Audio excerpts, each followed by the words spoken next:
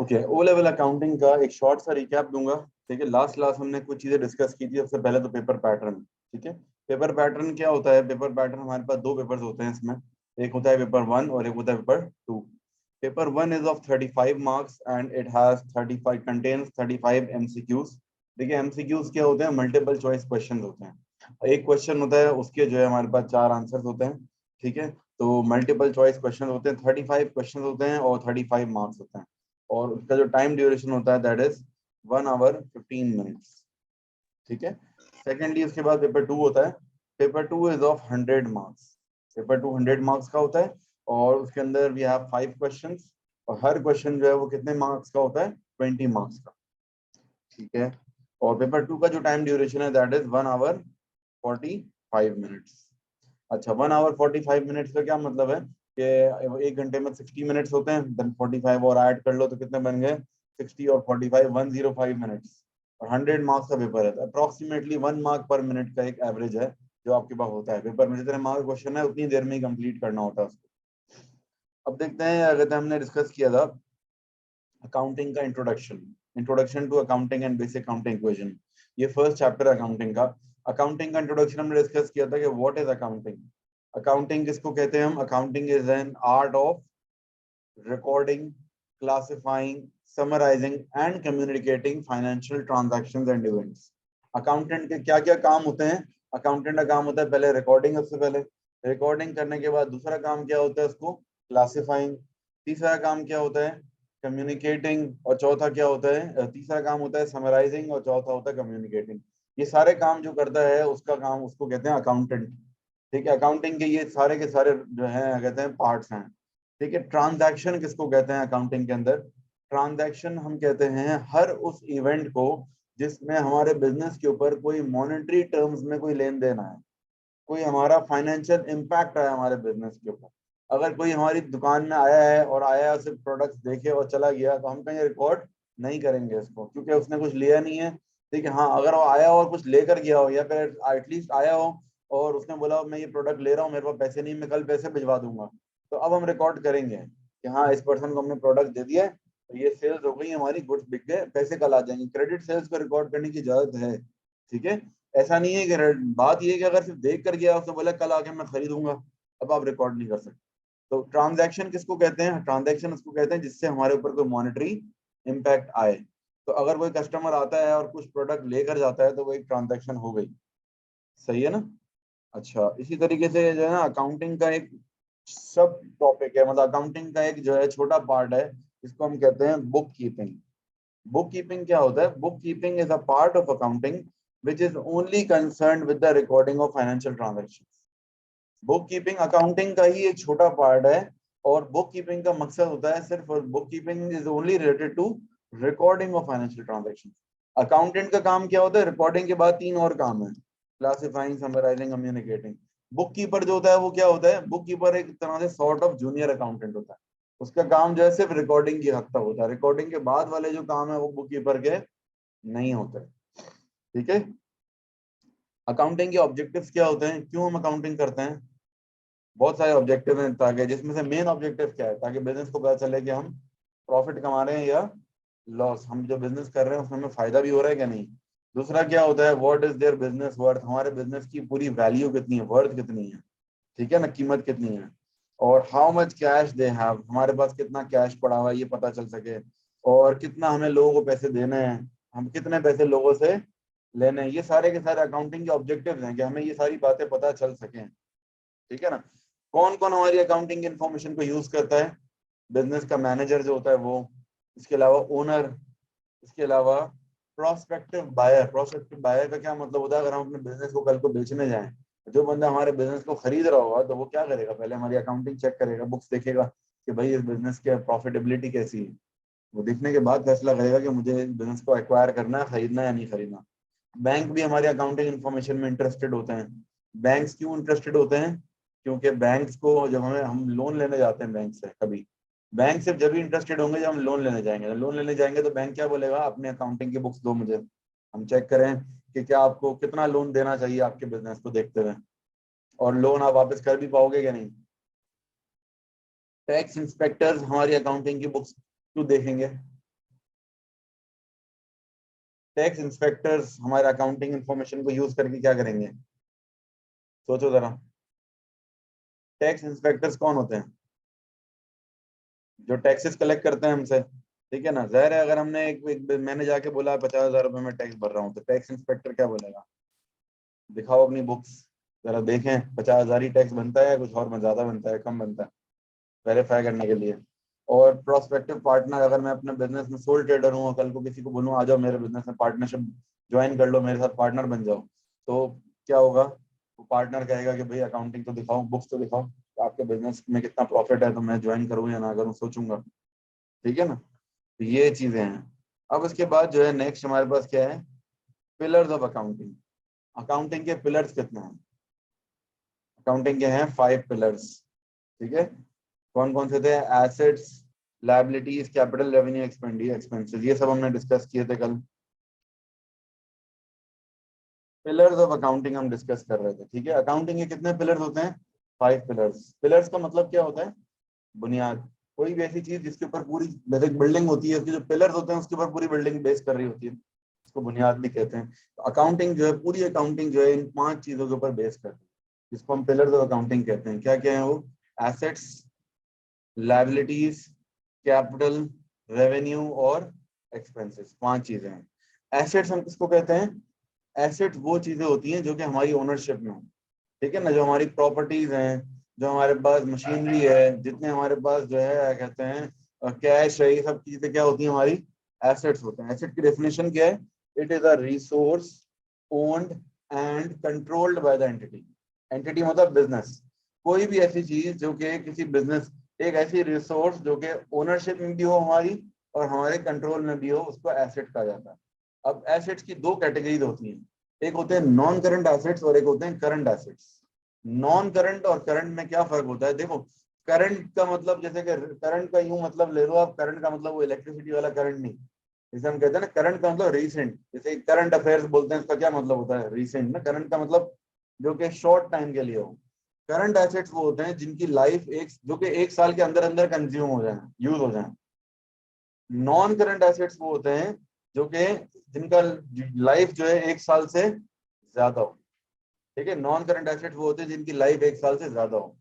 तो अब जो है ना, non current assets, these are those assets which have a useful life of more than 1 year. For example, land and buildings, premises, plant and equipment, machinery, ये सारी चीजें क्या है? Non current assets. ये हमारे वो एसेट्स हैं जिनकी लाइफ 1 साल से ज्यादा है। और करंट एसेट्स क्या होते हैं? जिनकी लाइफ जो 1 साल के अंदर अंदर कंज्यूम हो जाए, जैसे कि कैश इन हैंड। जो हमारे पास हाथ में कैश है, जाहिर है वही एक नोट तो पूरा साल, 1 साल से लंबा अरसा नहीं चलेगा ना, वो यूज हो जाएगा, बिक जाएगा, वो दोबारा से नया हम ले लेंगे। अच्छा, बिल्डिंग और प्रेमिसेस में क्या फर्क है? एक ही बात है बेटा, बिल्डिंग और प्रेमिसेस एक ही बात है भाई, एक ही चीज के 2 नाम है, ठीक है। बिल्डिंग भी लिखा हुआ आता है कभी कभार, प्रेमिसेस भी लिखा हुआ आता है, ठीक है। अच्छा भाई, करंट एसेट्स की हम बात कर रहे थे। करंट एसेट्स में क्या क्या आते हैं? करंट एसेट्स में वो चीजें आती हैं जिनकी लाइफ 1 साल से कम हो जाए, 1 साल के अंदर अंदर कंज्यूम हो जाए, उनको करंट एसेट बोलते हैं। जैसे कि इन्वेंट्री, ठीक है, trade receivables, cash in hand, cash at bank, ये सारे के सारे क्या हैं? करंट एसेट्स हैं। इन्वेंट्री किसको बोलते हैं? हाँ जी, इन्वेंट्री जो माल होता है दुकान में, जो बेचने के लिए सामान रखा हुआ, उसको इन्वेंट्री बोला जाता है। इसके अलावा ट्रेड रिसीवेबल्स क्या होते हैं? जो हमने किसी को गुड्स बेचे हुए हो उधार पे, उनको हम क्या कहते हैं? Trade receivables. और कैश इन हैंड, जो कैश है हमारे पास हाथ में। और कैश एट बैंक मतलब जो बैंक में पैसे पड़े हुए हैं वो, ठीक है। और अदर रिसीवेबल्स क्या चीज है? अदर रिसीवेबल्स मतलब वही किसी को उधार दिया हुआ है हमने, या हमने कोई रेंट पे जगह दी थी किसी को, उसने रेंट पे नहीं करा हुआ, लेने उससे पैसे, मतलब किसी भी चीज के पैसे अदर देन, मतलब ट्रेड रिसीवेबल के अलावा, तो वो अदर रिसीवेबल कहलाता है। अच्छा भाई, अब नेक्स्ट हमारे पास है लायबिलिटीज। लायबिलिटीज की भी 2 कैटेगरीज होती हैं, नॉन करंट लायबिलिटीज और current liabilities. Non current liabilities वो होती हैं जिनकी लाइफ 1 साल से, मतलब जो 1 साल के बाद पे ऑफ करनी हो। पहले तो ये समझ लो लायबिलिटी किसको बोलते हैं हम।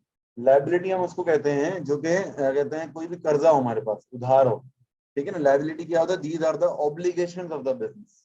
ऑब्लिगेशन का मतलब होता है कर्जा, जो हमारे ऊपर कर्जा है वो लायबिलिटी है, ठीक है। अब क्या होगा, कहते हैं करंट लायबिलिटीज वो होती हैं जो कि 1 साल के अंदर अंदर हमें पे ऑफ करनी है, वो उधार जो कि हमें 1 साल के अंदर अंदर पे ऑफ करना हो, that is called current liability.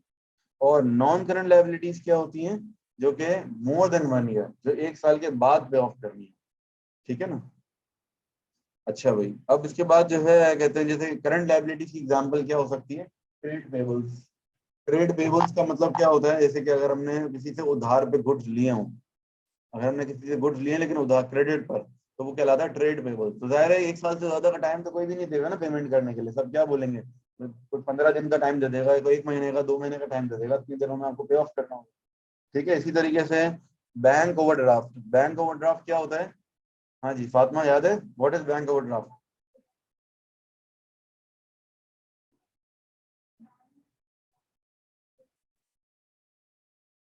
नहीं, बैंक ओवरड्राफ्ट क्या होता है, जब हमारे पास बैंक में जितने पैसे हों हमारे अकाउंट में, अगर उससे ज्यादा हम विड्रॉ कर लें, if we have withdrawn more than the amount placed in bank account, जितने बैंक अकाउंट में पैसे हैं उससे ज्यादा अगर हमने निकाल दिए, तो क्या होगा, हमारा अकाउंट का बैलेंस माइनस में चला जाएगा।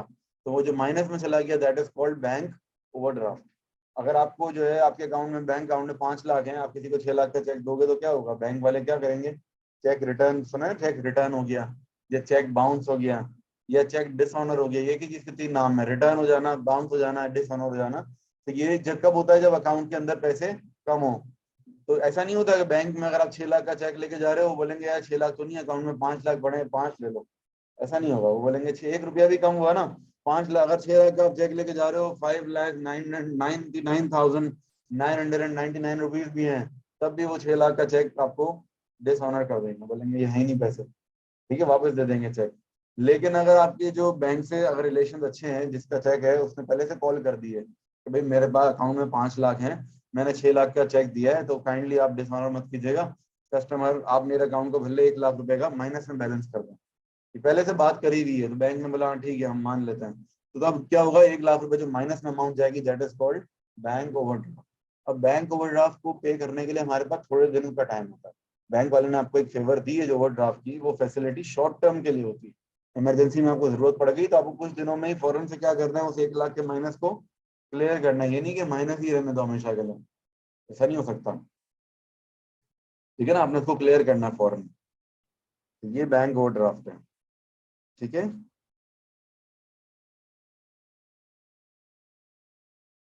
चलिए, ये है बैंक ओवरड्राफ्ट। अच्छा, अब जो है ना क्या कहते हैं, बैंक ओवरड्राफ्ट, बैंक वाले वैसे ही हमारे पास मेहरबानी क्यों कर रहे होते हैं, बैंक को क्या फायदा होता है, इंटरेस्ट। जो बैंक वाले हमें जो ओवरड्राफ्ट देते हैं, ओवरड्राफ्ट पर इंटरेस्ट मिलता है बैंक को, और इंटरेस्ट भी क्या होता है, डेली बेसिस पर होता है, मतलब हर रोज के हिसाब से इंटरेस्ट चार्ज हो रहा होता है। तो बैंक ओवरड्राफ्ट बेसिकली जो है ना क्या कहते हैं, हम खुद भी चाहते हैं कि जितनी जल्दी हो सके उसको पे ऑफ कर दें, कि जितना डिले करेंगे उतना ज्यादा इंटरेस्ट लगेगा हमारे को। और इसके अलावा अदर पेबल्स होते हैं। अदर पेबल्स का क्या मतलब होता है, जैसे कि कोई भी ऐसा हमारे ऊपर उधार हो, जैसे कि हमने इलेक्ट्रिसिटी का बिल नहीं दिया, अगर इलेक्ट्रिसिटी का बिल आ गया है लेकिन पे नहीं किया, तो वो क्या है, हमारा अदर पेबल्स में चला जाए। अगर हमने कोई भी चीज, कोई भी एक्सपेंस ऐसा हो जो कि पे ऑफ नहीं किया, उधार पे एक्सपेंस किया हमने, तो वो अदर पेबल्स कहलाता है। ठीक है, किसी के भी पैसे हमें देने हो। चलो नेक्स्ट हमारे पास ये कैपिटल। कैपिटल क्या, किसको कहते हैं, जो ओनर ने बिजनेस में पैसे इन्वेस्ट किए, that is called capital. The amount invested by the owner into the business is called capital. फिर उसके बाद कैपिटल कब इंक्रीज होता है, जब ओनर और पैसे लेकर आए घर से, या फिर बिजनेस को क्या हो जाए, प्रॉफिट। कैपिटल डिक्रीज कब होता है, जब ओनर पैसे विड्रॉ करके ले जाए, या फिर बिजनेस को क्या हो जाए, लॉस। इसके अलावा रेवेन्यू क्या है, revenue means the amount receive from sale of goods and services. Amount receive from sale of goods and services, ये होता है रेवेन्यू। ठीक है, और इसके अलावा जो है ना कहते हैं, कोई भी चीज जो हम बेचते हैं उससे जो पैसा आता है, that is called revenue. Sales से पैसे आते हैं हमारे पास, इसके अलावा इंटरेस्ट से आते हैं पैसे, कमीशन से आते हैं, इन सब जगहों से हमारे पैसे आ रहे होते हैं। ठीक है ना। देन नेक्स्ट है एक्सपेंसेस। एक्सपेंसेस हम किसको कहते हैं, एक्सपेंसेस मतलब जो खर्चे हमारे। अब एक्सपेंसेस दो तरह के होते हैं। एक एक्सपेंसेस जो होते हैं वो क्या होते हैं, कि हमने गुड्स खरीदे हैं अपने बिजनेस में बेचने के लिए, जो हमने गुड्स खरीद के रखे हैं वो एक एक्सपेंसेस होते हैं। और एक एक्सपेंसेस हमारे क्या होते हैं, कि जो हमने जो है कहते हैं जो डे टू डे एक्सपेंसेस हैं बिजनेस के, जैसे कि रेंट पे करना है, इलेक्ट्रिसिटी का बिल पे करना है, सैलरीज देनी है, ये एक्सपेंसेस हैं। जो हम गुड्स खरीदते हैं ना, उसको क्या बोलते हैं? Cost of sales. Cost of sales क्या है? जब हमने सामान खरीदा है बेचने के लिए, वर्ड से पता चला, देखो कॉस्ट ऑफ सेल्स। कॉस्ट किस चीज की कॉस्ट? जो सामान बेचना है, सेल्स करनी है, जो सामान बेचना है उसकी कॉस्ट। एक ये कैटेगरी एक्सपेंसेस की।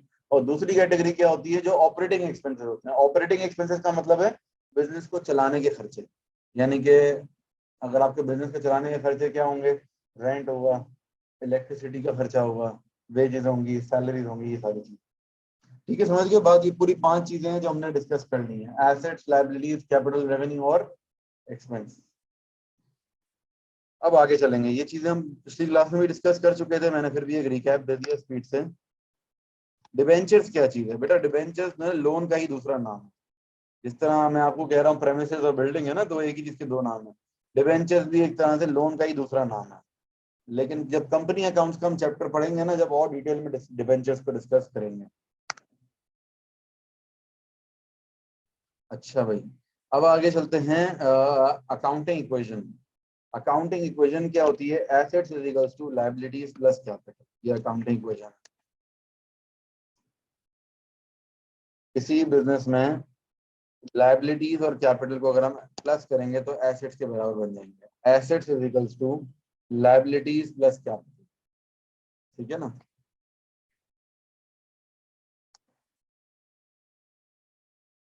अगर मैं एक बिजनेस स्टार्ट करता हूँ, ठीक है, बिजनेस को स्टार्ट करने के लिए अगर 1 करोड़ रुपए की जरूरत है, अब मेरे पास अगर 70 लाख है और 30 लाख रुपए मैंने बैंक से लोन ले लिया, बोरो कर लिया, तो अब जो है मेरे तो बिजनेस के अंदर टोटल एसेट्स कितने होंगे? 70 लाख तो मेरे अपने, ठीक है, और ये कैपिटल हो गया ये तो। और जो 30 लाख मैंने क्या लिया है? लोन लिया है। लोन क्या होगा? लाइबिलिटी। टोटल कितने हो गए? 1 करोड़ जो है ये पूरे टोटल जो अमाउंट हो जाएगी किसमें चली जाएगी? है एसेट्स में। मतलब एसेट बिजनेस के अंदर कितने के हो गए? 1 करोड़ के हो गए। 70 लाख मेरे अपने हो गए, 30 लाख की लाइबिलिटी हो गई। मतलब याद रखना हमेशा, जब भी आप कैपिटल और लाइबिलिटीज को प्लस करोगे तो किसके बराबर आ जाएगा? एसेट्स के। अब इन तीनों में से कोई एक भी चीज मिसिंग हो, मिसाल के तौर पे अगर आपके पास एसेट्स हैं और लाइबिलिटीज भी हैं, कैपिटल नहीं है, कैसे निकालेंगे? अगर मुझे कैपिटल निकालना हो तो मैं क्या करूंगा? Assets minus, assets minus liabilities. अच्छा, अगर मुझे लाइबिलिटीज निकालनी हो तो क्या करूंगा मैं? तो लाइबिलिटीज निकालनी होंगी तो एसेट्स माइनस कैपिटल। और अगर एसेट्स ही निकालने होंगे तो liabilities plus capital.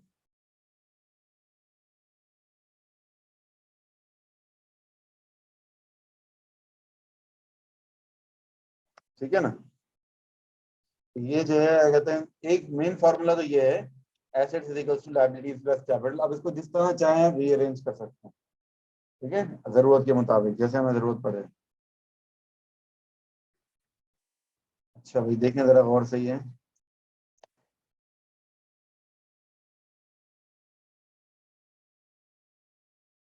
Complete the gaps in the following table. अब इसमें गैप्स फिल करने हैं। देखो जरा पहला वाला, एसेट्स कितने के दिए हैं हमें? 40,000 के। लाइबिलिटीज गिवन है, कैपिटल निकालना है। कैसे निकालेंगे? एसेट माइनस लाइबिलिटीज कर देंगे। 40,000 माइनस 6,800 कितना आएगा आंसर? कैलकुलेटर निकालने सब अपने अपने।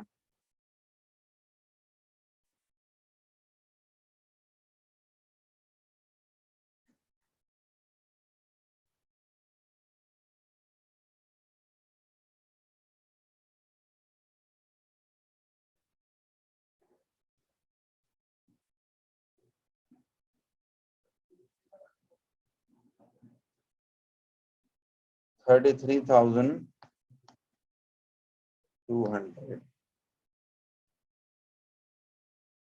हाँ जी, आंसर्स क्या आ रहे हैं? 28,400। ठीक है, आपने 46 में से माइनस किए। ठीक है, फिर पार्ट सी, 32,000। हम्म, 1000 है ना? सही तो। अच्छा भाई, part D,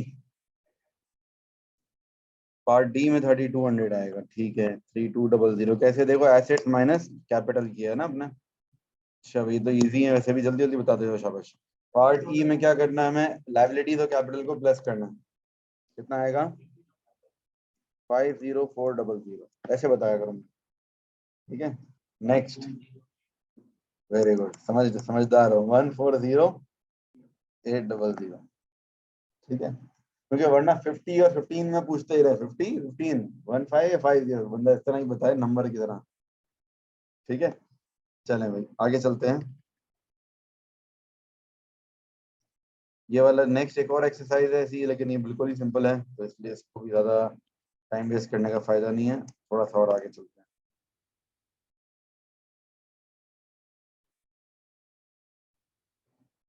Which of the items from the following list are liabilities and which of them are assets? चलो इसमें से बताओ, इनमें से कौन कौन सी लाइबिलिटीज हैं और कौन कौन से एसेट्स हैं। लोन फ्रॉम ए सैंगस्टर, लोन लिया है हमने, पहले सीक्वेंस में चलते हैं ना। पहला वाला क्या है, liability. We are owed by a customer, we are owed by customer. Customer हमें पैसे लेने होते हैं या देना होते हैं, ये बता। लेने होते हैं, तो फिर एसेट हुआ ना।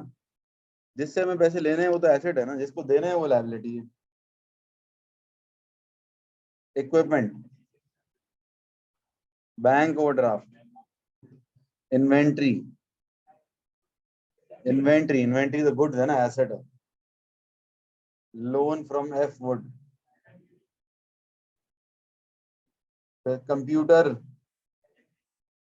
बिल्डिंग, ये भी एसेट है। इन्वेंट्री, अच्छा ये नहीं, accounts payable for inventory, inventory के जो पैसे देने हैं, मतलब इन्वेंट्री हमने क्या लिए, उधार पे लिए ना, लायबिलिटी हो गया। ये एसेट है इन्वेंट्री खुद। Account receivable is also asset. अच्छा ये वर्ड अकाउंट रिसीवेबल अब यूज नहीं होता, इसकी जगह क्या होता है, ट्रेड रिसीवेबल बोलते हैं, ठीक है ना। Cash in hand, bank overdraft, loan to D Pratt, loan हमने दिया है, लिया नहीं है loan. Vans,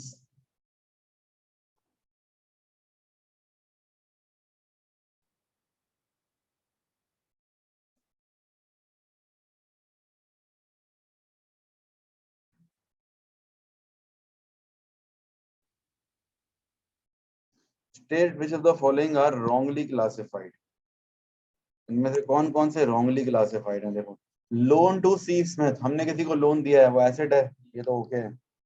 mortgage on office building, ये गलत है। देखो मॉर्टगेज क्या होता है, मॉर्टगेज का मतलब होता है गिरवी रखवाना, ठीक है। गिरवी बंदा रखवाता है तो लाइबिलिटी के लिए, लोन के लिए होता है ना, लोन लेने जाते हैं तो कुछ मॉर्टगेज रखवाना पड़ता है, तो ये गलत है, ये रॉन्ग है, लाइबिलिटी में जाना चाहिए। अकाउंट रिसीवेबल एसेट है। Warehouse, business website, website भी एसेट ही होता है, क्योंकि भाई वेबसाइट की बिक सकती है, वेबसाइट आप बनाकर बेच भी सकते हो। एप्लीकेशन जैसे होती है, एप्लीकेशन भी एक एसेट होता है, ठीक है, एप्लीकेशन भी बिक सकती है। Delivery van, delivery van asset है तो मतलब रॉन्ग है ना ये तो। अकाउंट्स पेबल सही है ये। ऑफिस सप्लाईज एसेट है, ये भी गलत, ये गलत है, ये नहीं है। लॉरीज, लॉरी मतलब ट्रक को बोलते हैं, एसेट हुआ ना ये भी रॉन्ग है। कैश इन हैंड भी रॉन्ग है। अच्छा भाई क्वेश्चन पूछा है किसी ने कि वी आर ओड वाला, देखो अगर ओड वाला जो है ना उसमें जरा कंफ्यूजिंग होता है, अक्सर बच्चे कंफ्यूज हो जाते हैं कि यार ये ओड, वी आर ओड या वी ओ में क्या फर्क होता है। देखो मिसाल के तौर पर अगर मैं कहता हूँ कि जो है ना, कहते हैं आई ओ यू, आई ओ यू का मतलब क्या है, कि मैं आपको पैसे दूंगा। इससे वर्ड, इस वर्ड से याद रखो, इस सेंटेंस से आई ओ यू का मतलब क्या होता है, मैं आपको पैसे दूंगा। तो जो बंदा ओ कर रहा है ना, इसका मतलब उसको पैसे देना है। अब देखो यहाँ ऊपर क्या लिखा हुआ है, we are owed by customer, कहीं लिखा हुआ था ना ये, we are owed by customer, मतलब कौन ओ कर रहा है, हम कर रहे हैं ओ या कस्टमर ओ कर रहा है, कस्टमर ओ कर रहा है, कस्टमर ने हमें पैसे देने हैं ना। We are owed by customer, we are owed मतलब वी ओ नहीं लिखा हुआ है, वी आर ओड। अगर कंफ्यूजिंग लग रहा हो ना तो यूं समझ लो, बड़ा आसान बात की यार, कस्टमर से हमें पैसे लेने होते हैं, देने होते हैं, लेने होते हैं ना कस्टमर से, तो सही है, यूं भी आसान बात है, कस्टमर से लेने हैं। बस इतना याद रखो, अगर आई ओ यू बोला है ना तो इसका मतलब क्या है, मैं आपको पैसे दे रहा हूँ। तो अगर बोला हुआ है कि ए ओज बी, मतलब ए जो है वो बी को पैसे देगा। ए ओज बी, तो ए किसको पैसे देगा? बी को। ये इस तरह से है इसका। ये ओ वाला जो है ना, थोड़ा सा ये याद रखना है आपने। एक सिंपल बात, ये वर्ड सेंटेंस याद रख लो, आई ओ यू, मतलब मैं आपका कर्जदार हूँ, मैं आपको पैसे दूंगा। तो इस हिसाब से सेंटेंस में देख लो कौन ओ कर रहा है, वो पैसे देगा। ठीक है, आगे चलते हैं। ये वाली एक एक्सरसाइज है। अच्छा, इसमें देखो, अब which of the following are under the wrong headings, इसमें देखें जरा। पहला वाला देखते हैं, कैश एट बैंक, सही है। ठीक है, एसेट है, फिक्सचर्स, सही है। अकाउंट्स पेबल, ये गलत है, लायबिलिटी में होना चाहिए। प्रेमिसेस, सही है। इन्वेंट्री, अकाउंट रिसीवेबल, और कैपिटल गलत है। कैपिटल तो एक ना एसेट है ना लायबिलिटी है, वो तो अलग खुद एक पिलर है, अलग से कैटेगरी है कैपिटल, तो ये तो इन दोनों में नहीं आना चाहिए। Loan to J Wilson, loan हमने दिया है, ये तो एसेट होना चाहिए ना। रॉन्ग, सही कह रहे हो। नहीं, कैपिटल, कैपिटल लायबिलिटी कैसे हो? देखो, टोटल 5 पिलर्स हैं, assets, liabilities, capital, revenue, expenditure. तो कैपिटल तो एक अलग ही कैटेगरी है, लायबिलिटी में थोड़ी आएगा। कैपिटल का मतलब क्या होता है? जो ओनर ने बिजनेस में पैसा लगाया हुआ है। कैपिटल का मतलब होता है जो ओनर ने बिजनेस में पैसा लगाया हुआ है, वो ना एसेट है ना लायबिलिटी है, वो कैपिटल है, एक अलग कैटेगरी है वो। ठीक है, मॉर्टगेज का मतलब होता है कोई चीज गिरवी रखना। अगर आप कोई लोन लेने जाते हो तो उसके बदले में, वो कहते हैं ना भाई, लोन के बदले में कोई सिक्योरिटी दो, कुछ गिरवी तो रखोगे, अगर कल को अगर आप लोन नहीं दे पाए, या फिर अगर आपका इंतकाल हो गया, आप मर गए, तो हम पैसे कैसे वसूल करेंगे अपने? तो एक सिक्योरिटी लेते हैं वो लोन के बदले में। इक्विपमेंट क्या है हमारा? इक्विपमेंट एसेट है, ये गलत है। कंप्यूटर भी एसेट है, ये भी गलत कैटेगरी में। ठीक है ना। मॉर्टगेज सबको समझ आ रही है ना बात? मॉर्टगेज का मतलब क्या होता है? उर्दू में कहते हैं गिरवी रखना। जब आप कोई चीज लोन लेने जाते हो तो कोई चीज सिक्योरिटी के तौर पे आपको रखवानी पड़ती है, वो मॉर्टगेज कहलाता है। Loan to J Wilson liability नहीं होगा ना बेटा, हमने लोन दिया है। जब हम लोन देते हैं तो लायबिलिटी नहीं होती, वो एसेट होता है। जब हम लोन लेते हैं तो लायबिलिटी होती है।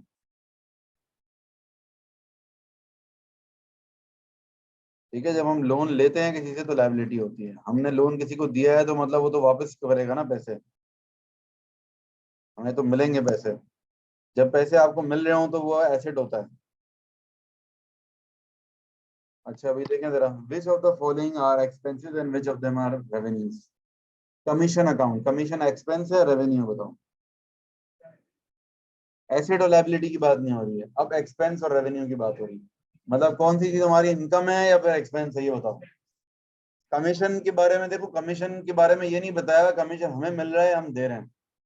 अगर ये बताया हुआ हो ना कि हमें मिल रहा है हमें दे रहे हैं, दोनों चीजें हो सकती है ना कमीशन में।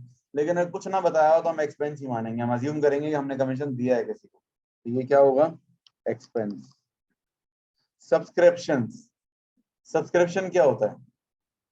होता क्या है? अच्छा देखो, सब्सक्रिप्शन जो है ना, आमतौर पे ये होता है कि है ना, अगर कोई क्लब होता है, क्लब अपने मेंबर से जो मंथली फीस लेता है वो क्या कहलाती है? सब्सक्रिप्शन। जैसे कि नेटफ्लिक्स है, नेटफ्लिक्स की सब्सक्रिप्शन लोग पे करते हैं ना हर महीने, एक सर्विस लेते हैं, हर महीने पेमेंट करते हैं, तो सब्सक्रिप्शन है। तो ये सब्सक्रिप्शन का अकाउंट कौन बनाता है आमतौर पे? जिसको मिल रहा होता है सब्सक्रिप्शन। क्लब बनाएगा सब्सक्रिप्शन का अकाउंट, तो वो क्या होगा क्लब के लिए? इनकम। ठीक है, इसलिए इसको इनकम में ही, रेवेन्यू में कंसिडर करेंगे। ठीक है, क्लब सब्सक्रिप्शन अकाउंट आमतौर पे वही बना रहा होता है जिसको मिल रही होती है सब्सक्रिप्शन। रेंट अकाउंट, अब रेंट में बताया हुआ नहीं है पे कर रहे हैं या मिल रहा है, तो अज्यूम यही करेंगे एक्सपेंस कि हम पे कर रहे हैं। ज्यादातर तो ऐसे ही होता है ना कि रेंट हम पे करते हैं।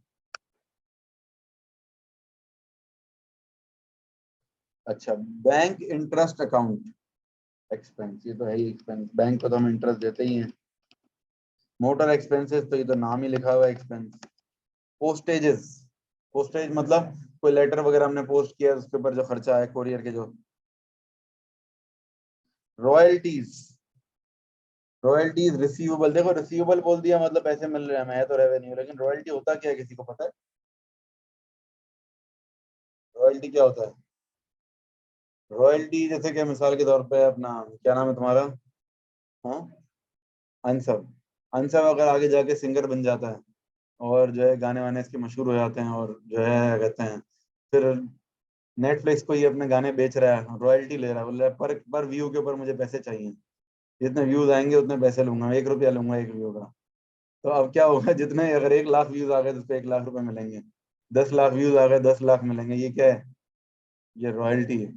ठीक है ना, जरूरी नहीं सिंगर बने, कुछ भी जो भी काम करना चाहे, ठीक है ना, टिकटॉकर भी बन सकता है ये, आगे जाकर कुछ भी बन सकता है। तो बहरहाल ये है कि ना, क्या कहते हैं, जो भी अगर आपने, जो रॉयल्टी का मतलब ये होता है कि जो ऑथर होता है, कोई बुक लिख ले, क्या पता कल को राइटर बन जाए, कोई किताब लिख ले ये। अब ये जो बुक, जितनी बुक छपेंगी ना, हर बुक के ऊपर कोई अमाउंट ये फिक्स कर लेगा, पब्लिशर को बोलेगा कि यार ये अमाउंट है, और जो है क्या कहते हैं, आप मुझे पर बुक पे इतने पैसे दोगे जितने बुक छपेंगे, तो रॉयल्टी कहलाती है। तो ये इनकम होती है। ठीक है ना, रॉयल्टी मिल रही है हमें, रिसीवेबल लिखा हुआ है, हम पे नहीं कर रहे हैं, हमें मिल रही है। टेलीफोन अकाउंट एक्सपेंस है। स्टेशनरी, ये भी एक्सपेंस है। रेंट रिसीवेबल, अब रिसीवेबल बोल दिया तो ये क्या है? रेवेन्यू। जनरल एक्सपेंसेस तो है ही expense. Wages account expense. Overdraft interest account. Audit fees. अच्छा, ऑडिट क्या होता है? ऑडिट बेसिकली क्या होता है, जो हम जो है ना अपने इनको बनाते हैं, जो भी कहते हैं, अकाउंटिंग करते हैं अपनी, जो इनकम स्टेटमेंट वगैरह बनाते हैं, तो साल के आखिर में जो है ना क्या करते हैं, हम एज अ वेरिफिकेशन के लिए एक बाहर से इंडिपेंडेंट ऑडिटर्स बुलाते हैं। ऑडिटर्स बुलाते हैं ताकि ऑडिटर्स को बोलते हैं आप चेक करो कोई गलती तो नहीं है इसमें, कोई एरर तो नहीं है, कोई फ्रॉड तो नहीं है। तो एक ऑडिटर जो है ना, उसको ऑडिटर एक इंडिपेंडेंट बंदा होता है जो आके हमारे अकाउंट्स की एग्जामिनेशन करता है, तो उसको ऑडिटर कहते हैं। जो पब्लिक लिमिटेड कंपनीज होती है ना, उनमें तो मैंडेटरी होता है गवर्नमेंट की तरफ से करवाना ही है। जो सोल ट्रेडर होगा, जिसकी कोई कंपनी नहीं है, अकेला ओनर है बिजनेस का, तो उसकी मर्जी ये करवाए या ना करवाए। लेकिन जो बड़े बिजनेस होते हैं वो करवाते हैं। ये जो बड़े बिजनेस होते हैं वो खुद तो अकाउंटिंग नहीं देख रहे ना इतनी ज्यादा डिटेल में, अकाउंटेंट ही कर रहा होता है, तो उनको भरोसा तो नहीं होता 100% कि यार ये कोई फ्रॉड ना कर ले हमारे साथ।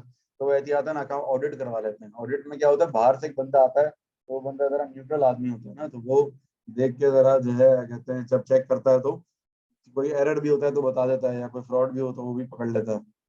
ठीक है ना, तो ये ऑडिट एक्सपेंस होगा हमारा। और इंश्योरेंस तो है ही एक्सपेंस। ठीक है, ये सारे एक्सपेंसेस हो गए। अच्छा भाई, अब आखिरी चीज ये देख लेते हैं जरा। ये हमारे पास जो है, complete the columns to show the effect of the following transactions. ये ट्रांजैक्शंस हैं, इनके जरा इफेक्ट्स बताओ। वी पे अ क्रेडिटर 310 बाय चेक। हमने एक क्रेडिटर को पेमेंट करी, देखो हर ट्रांजैक्शन के दो इफेक्ट्स आएंगे। ठीक है ना। अब तीनों जगहों पे नहीं आएगा, तीनों में से दो इफेक्ट्स आएंगे। अच्छा, हमने क्रेडिटर को पेमेंट करी है, पेमेंट करेंगे तो क्या होगा, क्या बैंक से पैसे चले जाएंगे हमारे? बैंक क्या है, हमारा एसेट है। एसेट क्या हो जाएगा? कम। एक एसेट कम हो गया। और ऑन द अदर हैंड क्या हो रहा है, लाइबिलिटी भी तो कम हो रही है, उधार भी उतर रहा है। हमने क्रेडिटर को पेमेंट कर दी। क्रेडिटर कौन होता है? जिससे हमने उधार पे सामान लिया हो। ट्रेड पेबल्स का ही दूसरा नाम क्रेडिटर है। लाइबिलिटीज भी कम हो गई, कैपिटल पे no effect. Bought fixtures $175 paying in cash. Fixtures खरीदे हमने, एसेट्स बढ़ गए। और क्या हो रहा है? नहीं, कैपिटल तो कम नहीं हो रहा। कैपिटल कम जब होता है, जो ओनर अपने घर पे पैसे लेके जाए। ये तो भाई एसेट, एक एसेट बढ़ रहा है और एक एसेट कम हो रहा है, एसेट में ही दोनों ट्रांजेक्शन आ रही है। देखो फिक्सचर्स बढ़ गए, फिक्सचर्स हमारे एसेट हैं, और उसके बदले में कैश चला गया, कैश भी एसेट है। तो एक एसेट बढ़ा और दूसरा एसेट कम हो गया। Bought goods on credit. Goods हमने खरीद लिए, तो क्या होंगे, जब गुड्स खरीद लिए उधार पर, तो एसेट बढ़ गए और लायबिलिटी भी बढ़ गई। कैपिटल पे कोई इफेक्ट नहीं है। The proprietor introduces 1200 cash into the business. Proprietor किसको बोलते हैं हम? ओनर को। ओनर जो है बिजनेस में क्या लेकर आया है? कैश। तो क्या होगा, एसेट्स इंक्रीज हो जाएंगे और कैपिटल भी इंक्रीज हो जाएगा, और लायबिलिटी पे नो इफेक्ट। ओनर जब घर से पैसा लेकर आता है तो क्या होता है, कैपिटल बढ़ता है, साथ साथ एसेट ही बढ़ता है। J Walker lends the business 2500 in cash. J Walker ने बिजनेस को उधार दिया, हमें उधार दिया, तो क्या होगा, एसेट बढ़ गया, लायबिलिटी बढ़ गई। ट्रेड रिसीवेबल पेज अस $15 कैश। ट्रेड रिसीवेबल था, उसने हमें पेमेंट कर दी, तो पेमेंट कर दी, एसेट बढ़ गया। लेकिन ट्रेड रिसीवेबल खुद भी तो हमारा एसेट था, तो वो एसेट कम हो गया। ट्रेड रिसीवेबल खुद भी तो हमारा एसेट था ना, तो वो एसेट कम भी हो गया। We returned goods costing $90 to a supplier whose bill we had not paid. We returned goods costing $90 के गुड्स हमने किसी को वापस कर दिए। जब गुड वापस कर दिए तो हमारी लायबिलिटी क्या हो जाएगी? कम, और एसेट भी कम हो जाएंगे क्योंकि गुड्स जा रहे हैं हमारे पास से, है ना। कैश नहीं आएगा ना, हमने बिल तो पे करा नहीं था ना। जब बिल नहीं पे करा था तो उधार पे था, तो उधार खत्म हो गया, लायबिलिटी कम हो गई। Bought an office computer paying by cheque. Computer खरीदा है और पेमेंट किससे करी है? चेक से। तो एसेट इंक्रीज हो जाएगा और एसेट ही डिक्रीज हो जाएगा। That's it. ठीक है, तो ये हो गया कंप्लीट। अब इसके बाद इसकी बस आज के लिए इतना ही रखेंगे फिर। ठीक है, आगे इंशाल्लाह नेक्स्ट क्लास में कंटिन्यू करेंगे। ठीक है बच्चों।